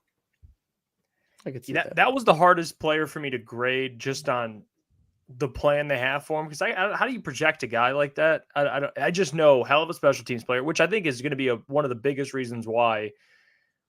I mean, I think he's going to make the roster, but certainly going to make the roster because he could play special teams and he could play all 3 phases in general of special teams, offense and defense. He's going to make the roster. But to your point, Lucas, like better special teamers than he's a better special teamer than Craig Reynolds. He might just be a better, like you said, pure athlete to where he's just going to beat him out. Like that's just how it goes. Mm-hmm. So I don't know. I don't know. This man, the more I talk about it, he just sounds just like a myth. Like he's just like a myth. Like it's like he exists. He's a special dude. I'm curious, kind of to Mike's point, the plan for him, because they got a lot of offensive weapons. So I know I don't know. I just need to see more of it. It's like a short sample size of getting the football and he makes plays, but I just want to see more of it. I want to see him utilized more and see what he can do because he's intriguing. They got Mekhi Wingo, defensive tackle at LSU in the 6th round. Both their 6th-round picks to me were easy A pluses. I love Mekhi Wingo. I had him as my guy here. But really, I mean, A in general, because of the value, both those guys, Mekhi Wingo and Christian Mahogany, both top 100 players, and you got them in the 6th round. Like, it's wild. And I get there's reasons. Always reasons. There's going to be a question mark or two about either character, which I don't think is mainly the case. There might be rumors, but the Lions do value that. So they decide to take a player, they've met with him and they have confidence in who he is as a human, but as a football player. Paulo's right. Vaki's like Jerry Rice mixed with Ndamukong Suh. But yeah, I mean, Mekhi Wingo, defensive tackle. Brad talked about he's got some upside on the edge as well. So again, there's versatility there. That's why you're taking these players. He can play on the edge. He lines up at defensive tackle, and he can get after the quarterback. Yeah, so that's kind of your ideal. Not to play next to whoever's starting at nose tackle. You got Mekhi Wingo out there for more depth. Like to me, this is bye-bye Levi Onwuzurike for the future. Welcome in Mekhi Wingo. I love this draft pick. He plays with that. You watch him on tape, like Brad always says, football character. Like, yeah, he checks that box. Mekhi Wingo, watch his film. Dude is an animal. Dude, I think Wingo. I think what's going to happen with him. Who's my favorite player in this draft class? I take out Terrion Arnold and Rakestraw because I think when you draft round 1 and 2, you're expecting those guys to be dudes at some point potentially and starters within the future. But when you look at this back half and what Brad Holmes has done in the past, I'm convinced Mekhi Wingo ends up being like that Kirby Joseph, that Amon-Ra. And I'm not saying an all-pro player, but I'm just saying a guy that comes in and you're like, whoa, how did you end up getting him in the 6th round? That's what I mean by that. Like I took Booner notes on this and I dove deep into him. top 100 prospect, guys. When you start looking at these drafts, like when people break down drafts, the main thing you see, it's like, what is this guy projected to be in the NFL? A lot of people before the draft are saying in some point in his future, he can be a legit starter in the league because of what he can do. Not last year, but the year before, fellas, he was a third-team All-American defensive lineman. Played in 13 games, 46 tackles, 6 tackles for losses, 3 sacks. Then last year, he got hurt, and he had 25 tackles, 5 tackles for a loss, and 4.5 sacks. Fellas, this is a Brad Holmes, Dan Campbell dude. This guy got hurt during the season, got back, kind of like C.J. Gardner-Johnson did, but he came back. Usually you see guys sit out for the bowl games, especially for injured.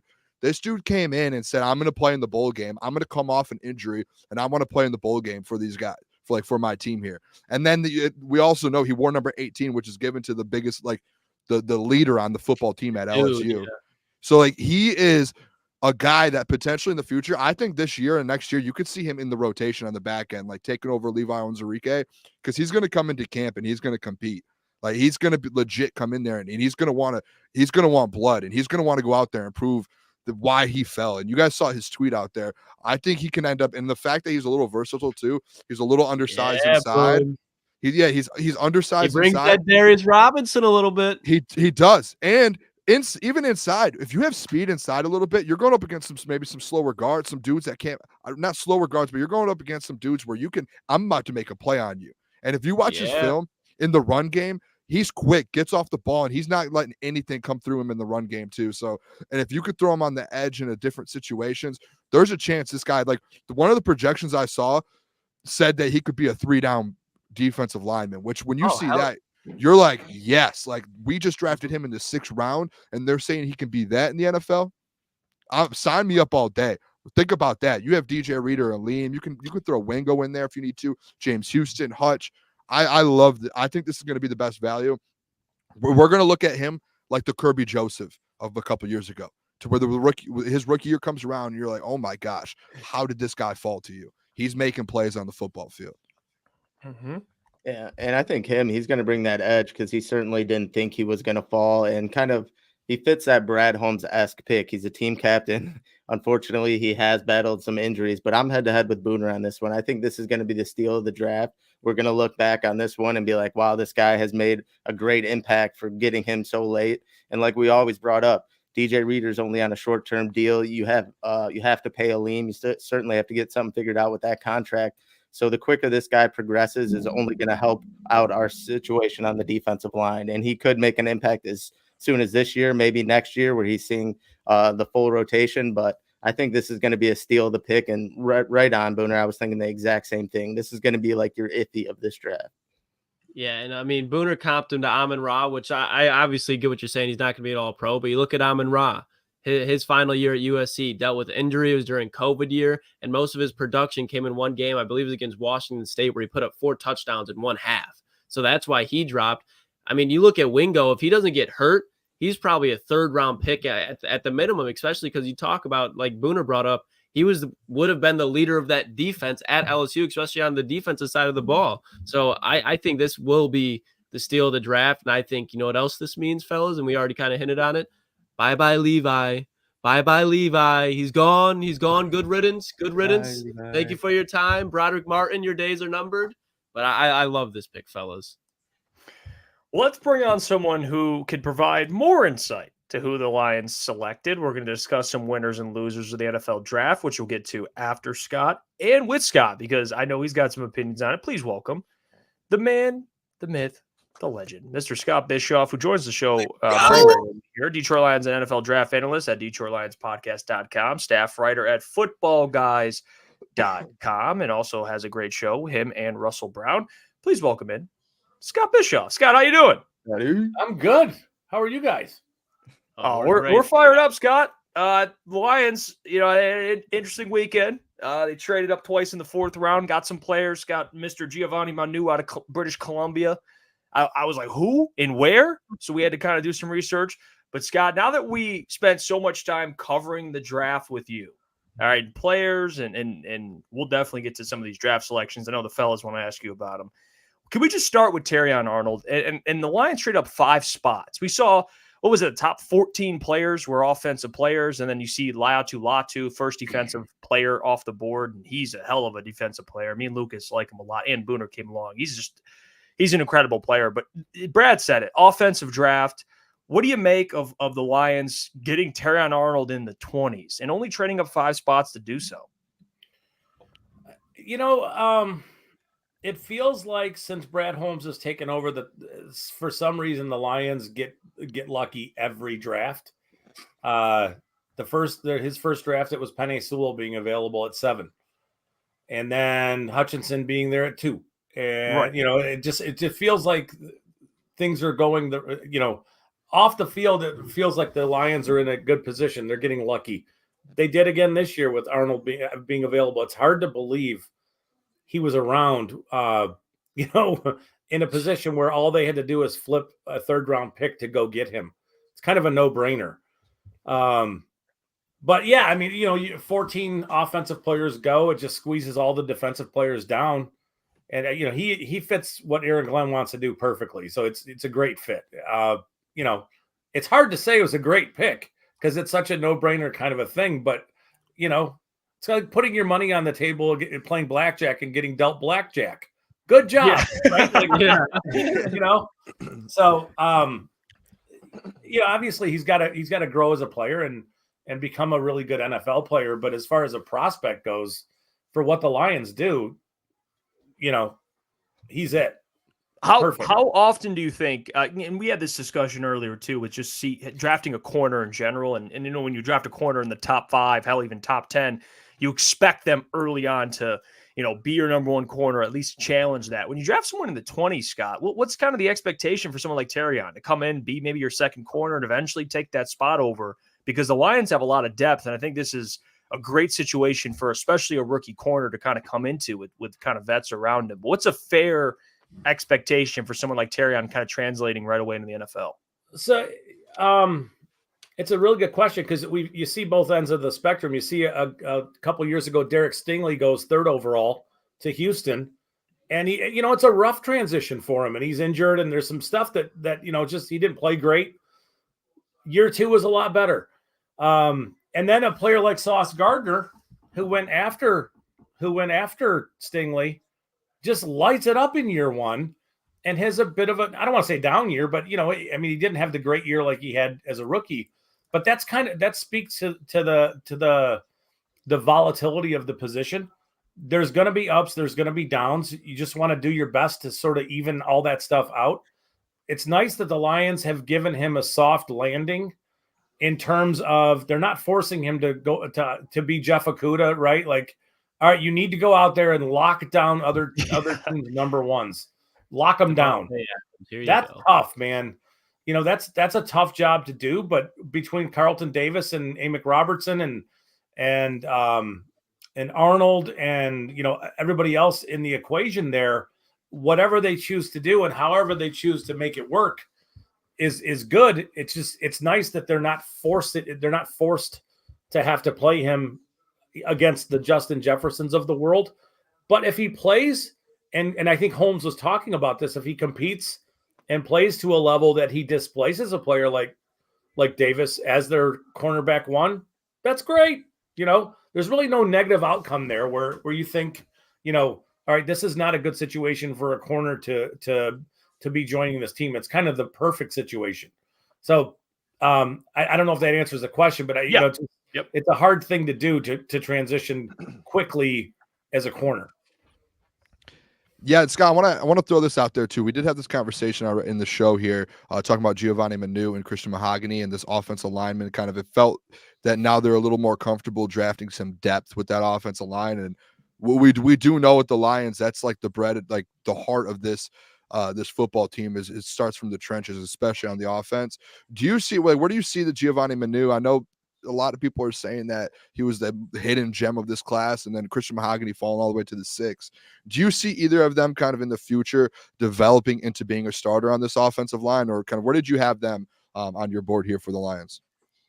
So I think Mahogany could play if they can clean up some technical stuff and maybe some over aggressive type stuff. I think he could play now.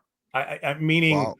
I think he could step in. I don't think he'll start, but if you and we've seen it, injuries come up, they happen. You need depth. I don't see there's a reason why he can't step in and play to a reasonable level as a rookie. He's that good. He's physically capable. He's big enough. The way he plays fits them perfectly. He was a steal in round 6. He just was. I'm not sure why. Maybe there was an injury, that forced him to fall a little bit. But still, we're Dane Brugler of The Athletic had both he and Wingo, who I know you guys were talking about, in his top 100. So getting those guys in round 6 is just stealing. As far as Manu goes, I know that there's been some talk today about him playing right guard. He's huge. I wonder if they're moving. Oh, I'm sorry. Go ahead. No, he's huge. That guy is massive. And I've never seen 6'8", 350 with no gut, Scott. No gut at all. It's like I'm looking in the mirror, buddy. Just, one of us is really tall with no gut, and the other guy's short with, whatever. Exactly what it's a whole other story. He is, so people are talking about him today about he opened up and said that the Lions talked about him playing right guard in year 1, or at least that's where they're seeing him. And I wonder this. I think there is a push to get him to the right side of the offensive line. I don't know that it would be reasonable or fair to this kid to just say, hey, we're going to rep you as a right tackle right away in your career, even though you've never played on the right side.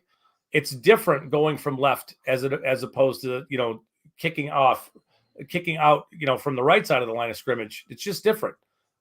Your footwork is different. So a natural couple year sort of incremental development there would be, let's rep him as a guard in year 1 so we can get him kicking off of the inside of his left foot, just kind of starting his movement that way. Because right now it's the opposite. He's kicking off with the inside of his right foot. So in year 1, we're just sort of naturally transitioning and getting his body comfortable with that. And in year 2, we're going to make it a bigger, we're going to give him more to learn. So I'm not necessarily buying that he's destined to be a guard. I think that there's potential for him to play tackle. It's just going to be incremental growth, and it's going to be a several year sort of development window for him. The first step is to get him over into the right guard position and getting him, comfortable with moving out, with his left foot, if that makes sense. Oh yeah. And Scott, you came on the show about a month ago and you brought up Rakestraw pretty much before any of us did, and really anyone that I heard about. Do you like that pick, and did you expect him to fall that late? I love the pick. I love the way he fits with what the Lions, and this has nothing to do with the his physical makeup or any of that kind of stuff. I just like the way he plays. He'll step up, he'll tackle. He's not afraid to do any of that kind of stuff. There were some corners in this class who I think didn't necessarily put themselves in position to be drafted by the Lions because they did not want to tackle, right? So that's something that you have to do if you're going to play corner for Aaron Glenn. But I like the way he plays off man coverage more than I like Arnold up in your face and literally inside your jersey running routes for you, where I kind of like Rakestraw a little more off where he can flip his hips and run a certain way. He's really good at that kind of stuff. I know he's slight. He's a little smaller weight wise than you'd really want, but we're talking, I think it was pick 60. Was it 61? Yeah. 60, whatever it was, 63, whatever it was. I should know this. I think it was 61. But yeah, I mean, he's a clear value there. It's just, is his future as an outside boundary corner, or might he perhaps transition to play safety down the road? Because I think he could be a lights out safety. Yeah. It's just, he just adds depth and competitiveness and all that fire to the room. And all of a sudden, this is a team that was 1 or 2 bounces, one maybe defensive stop, or perhaps even a first down away from being in the Super Bowl. And, you added, and your issues were you had Cam Sutton, trying to lock up other teams' number ones, and that didn't go well. And you had issues in your secondary, and Brad Holmes has completely turned that whole thing over. And now you have Carl Davis, you have Amick Robertson, you have these two guys that you just drafted. All of a sudden, it's loaded, and there's talent everywhere. I don't think there's any perfect way for it to play out, but it doesn't matter. The best group of players is going to play. This is secondarily to this is Brian Branch now, I think, moves to safety full time, which is a good thing. So the Rakestraw addition, I think, is one of those things that improves two positions with one pick. It gives you depth as a boundary corner, and playmaking and all that stuff, competitiveness, all those things.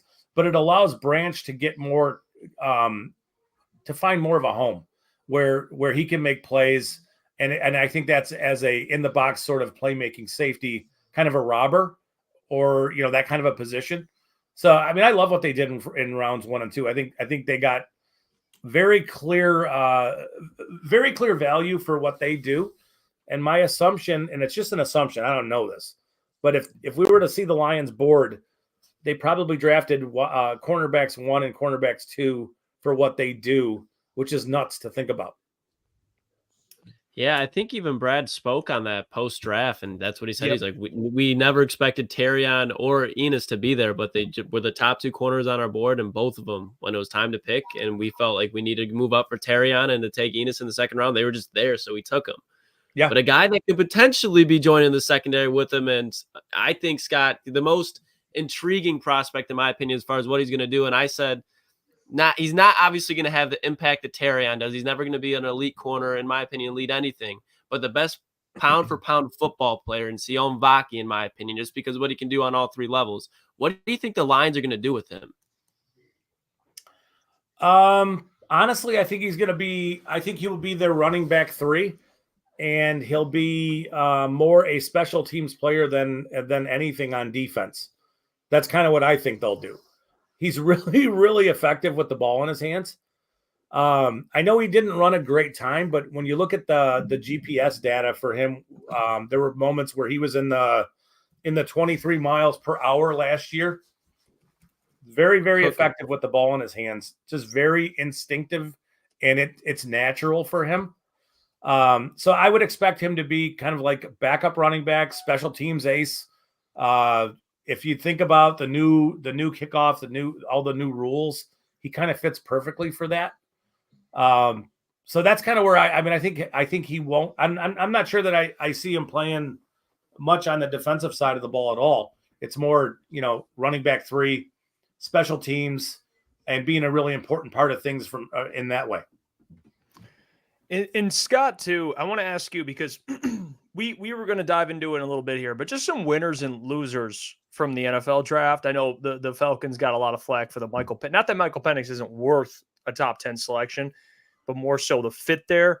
I thought the Steelers had a hell of a draft. I believe they got your guy, Mason McCormick, who you bastard did. So yes, so pissed. I was downtown with my wife when that happened, and it was like we thought you immediately. We thought you immediately. I was so pissed. It's like irrational. It's like, what does it matter what you think, you jackass? No, that was your guy though, Scott. Yeah, that was like me watching Xavier Legette go 32 overall. You had us pissed on the live watch party when he went, because you had kind of ingrained in our mind that we're like, he's a Lion at some point here. I'm sorry. I failed. Okay. Yeah. It's okay. What are some of your winners and losers just from over the weekend? So the Steelers I think the Steelers had the best draft. As an O-line guy, I mean, you look at Fatanu's going to play somewhere at a very high level for a long time. Zach Frazier, I think, has the look of a high level center, and then you just throw in McCormick in there, and he's going to play guard somewhere. And it's like, okay, the interior of that offensive line is fixed for a while, right? Like, they like to run the ball. they're gonna be able to run the ball. Maybe not necessarily in year one because it's always tough, but I would say 2 years from now, the Steelers' running game probably will be a pretty damn good running game. It just will be. Whoever the running back is, whoever the starting back is 2 years from now for Pittsburgh, it's probably a good fantasy pick. I don't even know who it will be. It don't matter. Jaylen Warren. Go ahead. I said Jaylen Warren. There you go. I mean, it could be him even this year. The Falcons. So it wasn't just a Penix pick. And I think that there's a way you could justify the Penix pick in a small way, and it's this. I think the Falcons are expecting to get hammered in the tampering thing. So for them, and I know he's 24, and this is the problem with this argument, even as it comes out of my mouth. But let's just play pretend for a minute. The Falcons, I don't know, are expecting to have their first round pick next year because of tampering with Kirk Cousins. If Kirk Cousins plays to a reasonable level of football over the next 2 years, I don't think the Falcons are in a situation where they're going to be able to have a quarterback fall to them that they like. It would mean they would have to use serious draft capital to go up and get one. Let's say in the event Kirk Cousins just decides I'm done with football kind of thing. Penix is right there for them. They love him. I can understand why they do. And if you just throw the idea together that, all right, we don't have a first round pick next year because the NFL is going to take it from us, and we're going to be good enough that we're not going to be in position, or we're not going to draft early enough 2 years from now. Let's take our quarterback now so that way we're prepared and we can just move on seamlessly when Cousins does retire. I think that makes more sense, and it's the only thing that makes sense in that pick. Now, that doesn't justify why you don't trade back and try to get something. You go back to 10 and get a fourth round pick. Okay, that's cool. And you could take them there. I think they wanted to stay in front of the Raiders, though, because it was one of those things where I think the Raiders were going to take Penix if he were available. So I don't know if that makes any sense or gives you any sense of like, okay, I can get behind that a few percent, because there's really no way to get behind that pick all the way. It just was such a strange pick, but it wasn't just those. The tackle they took early in round 2 was a reach. They had an off day. They had an off draft. The Falcons did. To Scott, I want to kind of circle back to the Lions here. I know one of the biggest things, and I think a lot of fans were kind of questioning. If you were to question anything Brad did, which is hard to sometimes, is the whole edge situation, the defensive line thing, that you came out of this draft with no edge. So kind of two-part question. Did you think they should have addressed that and kind of got an edge at some point if there was one available that they missed on? And then also we did speak about the Mekhi Wingo pick there in the 6th round before, and I think he ends up being like the Kirby Joseph of this year, to where he ends up being an absolute steal, and he actually gives you some production. Where do you stand on Mekhi Wingo as well, kind of the Lions bringing him in? Especially I'm with you. I mean, I think he makes the team, and I think he gives them something. I think he gives you something that you don't have, which is powerful interior disruption. I know Levi can do that kind of stuff, but it's more with his quickness, where Wingo does it in a different way. I think he's more physical player. He's smaller. He's 6 foot and he's 283 pounds, but he's got a really good first step. He's got a good get off. He's really good with his hands. The nice thing about him, as opposed to Onwuzurike, so I wouldn't necessarily think that his draft addition means something negative for Onwuzurike, is that I think the Lions can use him as an edge player at times in certain formations, just like they did with LSU, because he is quick enough and powerful enough to collapse the pocket.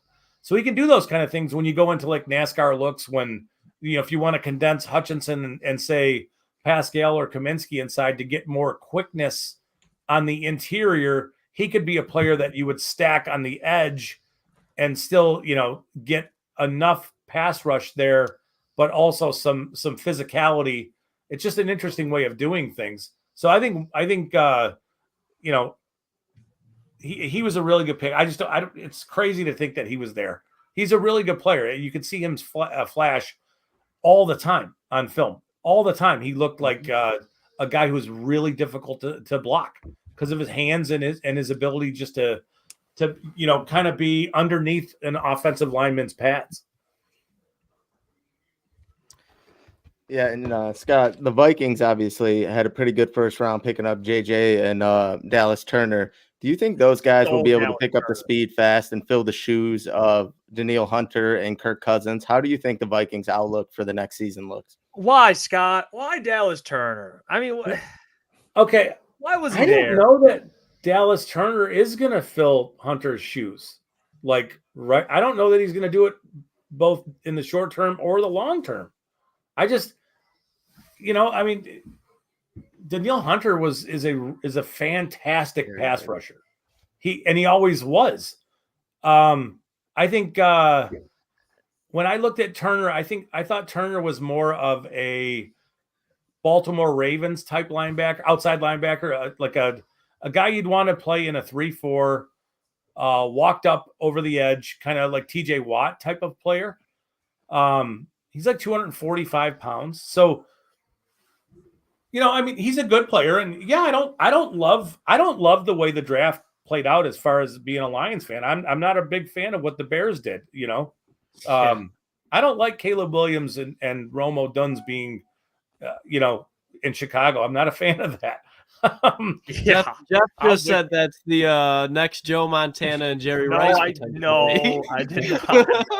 I do. Hey, Scott, I do think Caleb's going to be a hell of a player. I got a lot of flack for that, but here it's a Lions show. But I can't deny it, Scott. It's suddenly going to be a division that's pretty loaded. But McCarthy is he's a super interesting. It seems to be polarizing prospect. I don't quite know why. I would gamble. If I were putting down a little bit of money right now on rookie of the year, it'd be him. Mm-hmm. Just, and again, I don't know that he's going to play like right away. I don't know if he's going to beat out Darnold. He should, but that's the luxury of where they're at, is that they don't have to force that. So if Darnold plays for, 5 or 6 games and then hands the keys over to JJ, I think that makes some sense. And then in which case I would not make that bet, but you know what I'm saying? It's, of all the places, he's the most, of all the quarterbacks, I think he's the most ready to go. Caleb Williams is going to be interesting what they do in Chicago. I know he's going to play right away, and whether they can get things going in a positive direction or not, we'll see. But with the other ones, I don't know what I would expect Drake May to do in New England. I wouldn't expect it to be great things. And Daniels, I think, will be an effective runner. But outside of that, I think JJ is the clear of the 4 quarterbacks. He may be the clear winner. I should say of the 6 quarterbacks, he might be the clear winner. Scott, another pick that just made me just like, it just hurts to watch. And I'm sure you felt very similar on this, honestly, because of how we stood at wide receivers in the first round. And the fact that he went to the 49ers is Ricky Pearsall, now going to Kyle Shanahan in San Francisco. What was your reaction to that pick? It wasn't a good one. I mean, it wasn't. He was one of the players I was really, really, really wanting the Lions to draft in round 2. But, there was a question a few minutes ago that I did not answer, and I apologize. It was about the edge position. We have to remember that free agency is not done. I would expect the Lions to be in on wide receivers, like a player like Tyler Boyd. I don't know the names, right? But there's a bunch of players available. I would think that they're in the safety market as well. It wouldn't make sense for any of these receivers or safeties to sign with a team, on these short deals, knowing that a draft was happening. And it's like, okay, I'm Tyler Boyd, and I just signed with the Bears, and the Bears just drafted Romo Duns.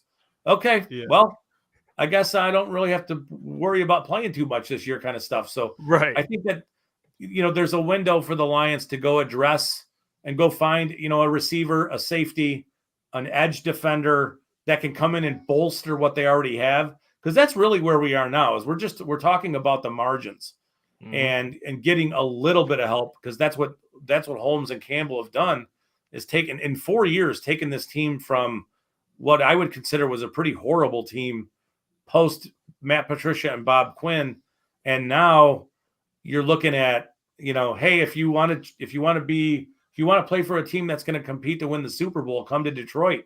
Okay, it's crazy to think about it, but that's where we are. Super Bowl champs. Yeah, well, that's where we're at now. And the roster, certainly, when you got guys that are first-round picks that might not play, it's a good thing, Scott. And we appreciate you. There you go, Scott Bischoff. We love having him. Legend. And by the way, we always say this, we love having guests on that make us think. That Manu point about him playing right guard, about learning how to adjust to the right side before he gets eventually kicked out to right tackle, because today we already know he's getting paid top tackle money. Like, he's going to be your future left tackle at some point. I didn't even think about that. So that's a great point by Scott. You could check out more of Scott, of course. He is doing his thing, of course, on Detroit Lions podcast.com. Him and Russell Brown, who we got to get Russ on. I know he's been a busy man. Yeah. You and Russ, I'm an avid listener. You guys are crushing. And he's also a staff writer at footballguys.com. Until next time, Scott, we appreciate you. Thank you. Appreciate you, Scott. Have me on, guys. You guys be well. All right, you as well. There you go, Scott Bischoff. Hey, he's a great guest. I love having him on. He definitely, yeah, he does. Like, again, the Manu point, I was like, oh, yeah, perfect sense. I mean, I don't know why I didn't put the 2 and 2 together beforehand, but yeah, great stuff from him. I asked him about winners and losers. Do you guys have any kind of winners and losers from the draft, you think, in terms of just their draft class? I know we don't really know much about what the players are going to be yet, but it's okay to have these type of conversations. We're allowed to grade teams and players and drafts. Is that a thing? I mean, we're gonna definitely judge them because we're content. I'll say one of my losers is the Denver Broncos, because no one was taking Bo Nix, so they should have traded back. Not getting some sort of capital out of that pick is really dumb. And I had 2 teams on here. One of them was the Steelers, for all the reasons Scott just talked about. They got like 3 of the best offensive linemen in this draft, and that was a big need for them. They're going to be set for a long time with those guys. And the second one I wanted to talk about was for our boy Etienne. I really like the Rams draft. They get Fiske and Verse, both from obviously Florida State, to try and build their defensive line for the future. They scoop up Blake Corum to be a running back duo with Kyron Williams, who's been great in the pass game and the rush game. And then they get Lucas, your boy that came on. He talked about Cameron Kitchens, the safety, and that was actually, I think, their 4th pick. So they did a lot of good things and crossed off a lot of their needs. So I really like, I'm not going to steal every team, but those were my 2 teams that I really like their draft. I think walk away, like they hit a home run, was the fucking Washington Commanders. And I never would have thought I said that. But you look at, they got Jaden Daniels, they got Jazon Newton, they got Mikey Sanders still, they got Luke McCaffrey, and I know I'm missing another one that I really like, but they cleaned house. They cleaned up Johnny Newton. Bro, they did exactly what they needed to do to put themselves in contention to pass the Dallas Cowboys in like 2 or 3 years. I think maybe even 2. Did you see? Hey, Jerry Jones did his all-in move. He broke the bank for Ezekiel Elliott. They're all in. I did see that. They're all in. I don't know if they broke the bank, but they went back 2 years. That's their RB1 right now. It's just tough. Well, I'll get to them in a second here. I think another team that is a winner. There's a couple. I mean, we mentioned the Steelers, who I think should be in there. Excuse me. I think a team that should be mentioned that I don't think no one's going to name. That's kind of the route I went, like an under the radar team. I got to go with my guy Etienne's Rams. Yeah, the Rams. They killed the draft. I mean, but hey, it's sky's blue. I mean, Les Snead always kills the draft. But they had a 1st round pick and they used it correctly. They took Jared Verse. They love him.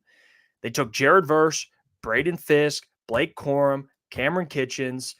They got Joshua Carty late. And I think that was a great one. So I think the Rams, the Steelers, I think another team that, like, kind of what Scott laid out there, their selections, not only do they fit culturally, but they're damn good football players who they took. And you go through their draft class: Troy Fautanu, Zach Frazier, Roman Wilson, Peyton Wilson. Like, Peyton Wilson was a projected 1st round pick.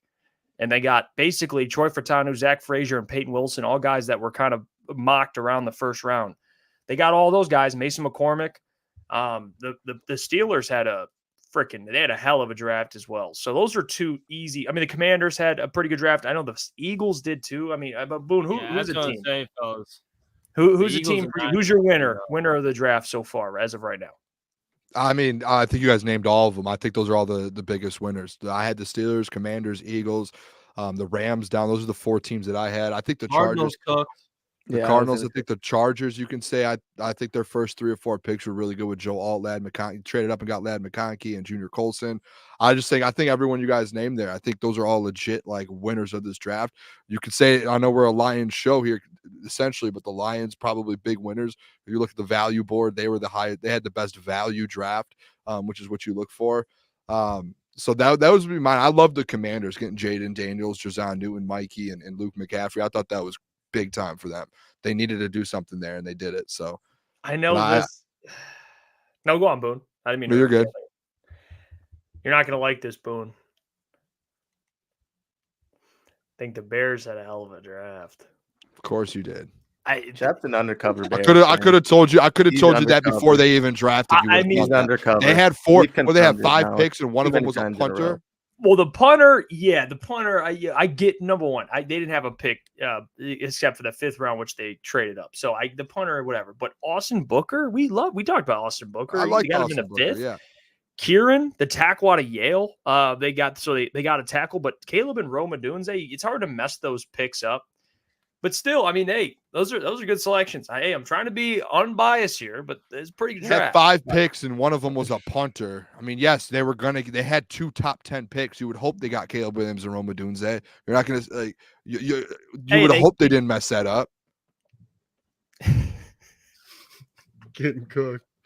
He just loves his. You're gonna be like how Flannel is with the Chiefs. That's how you are gonna be with the Bears. No, I'm trying to. But you can't wait until they win the division again. I know what. Hey, if you want to go there, the Vikings got Dallas Turner. I thought that was a hell of a pick.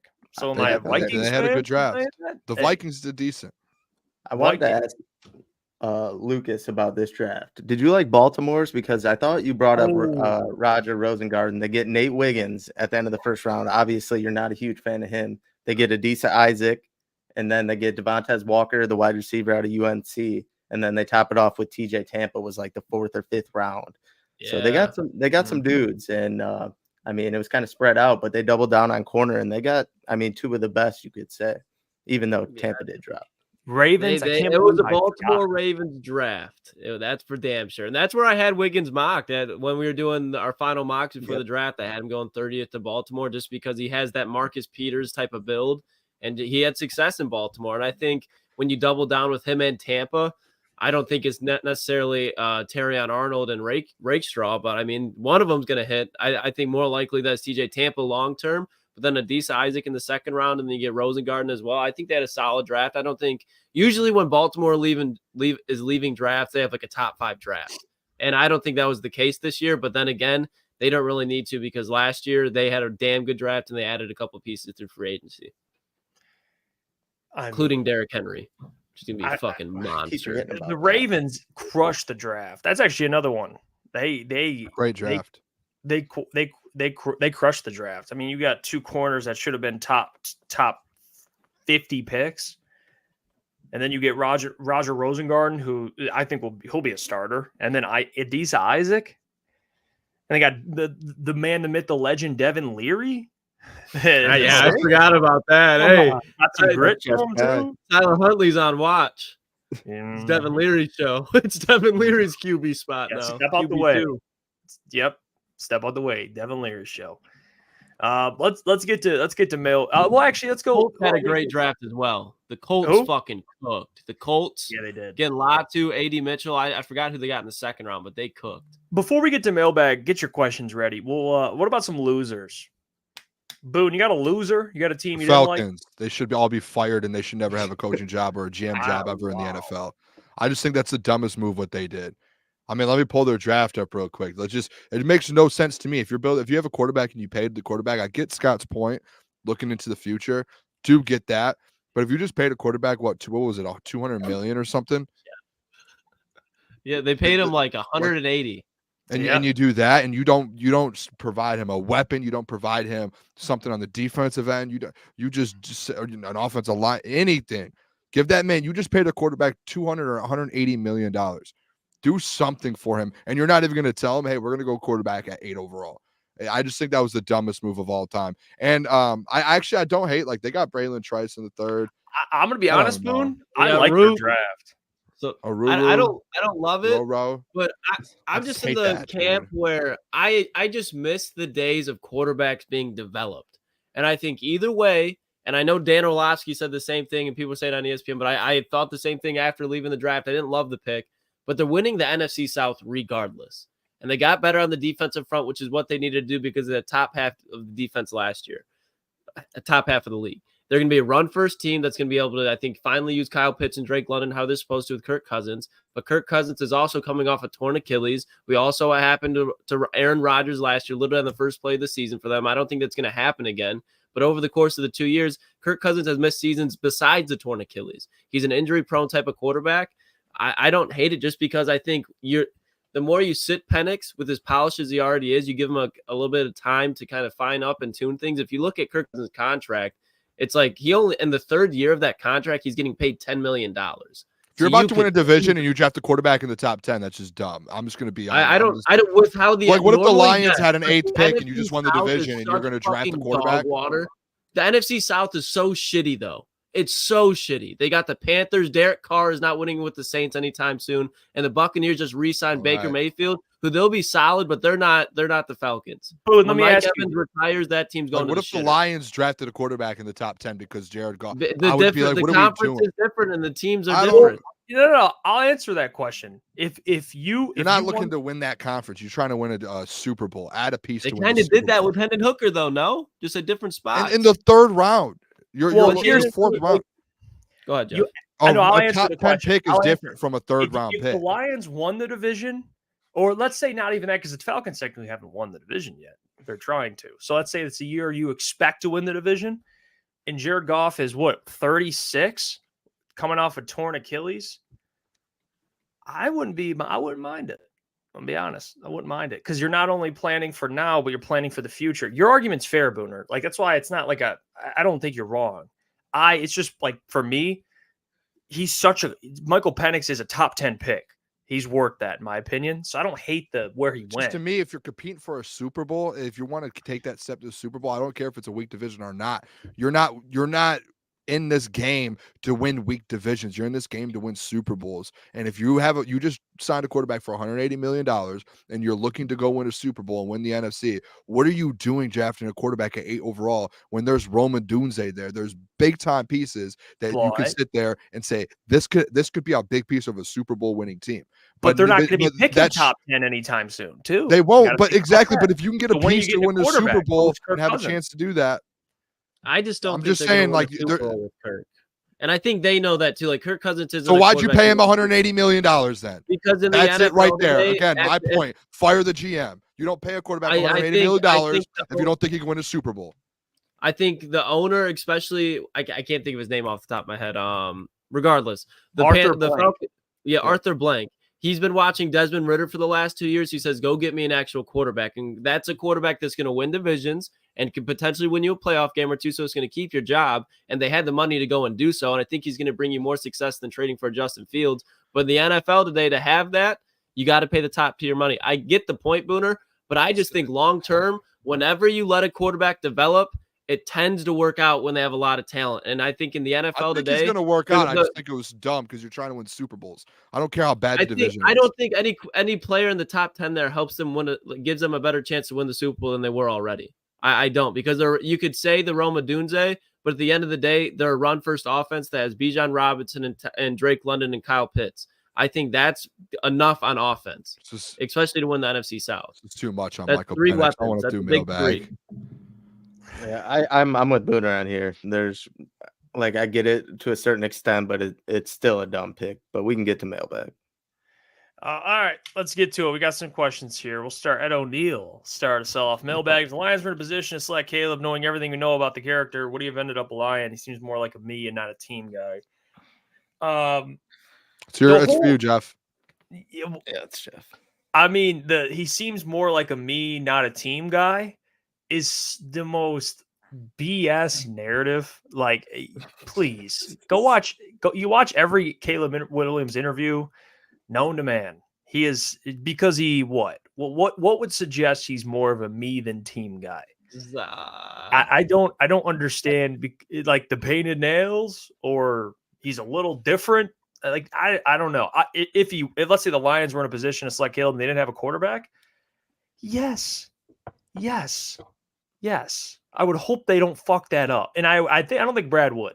I think he's too smart. He would take Caleb. There's no way he would not take him. I mean, who you taking? JJ? No offense, but I mean, let's be real. I mean, no fucking Jane Daniels. Yeah, I mean, Jaden. Yeah, but no, Caleb. You can't mess that up if you're Brad Holmes. So yeah, I don't. But it doesn't matter. He's with the Bears. So fuck. Got Jared Goff.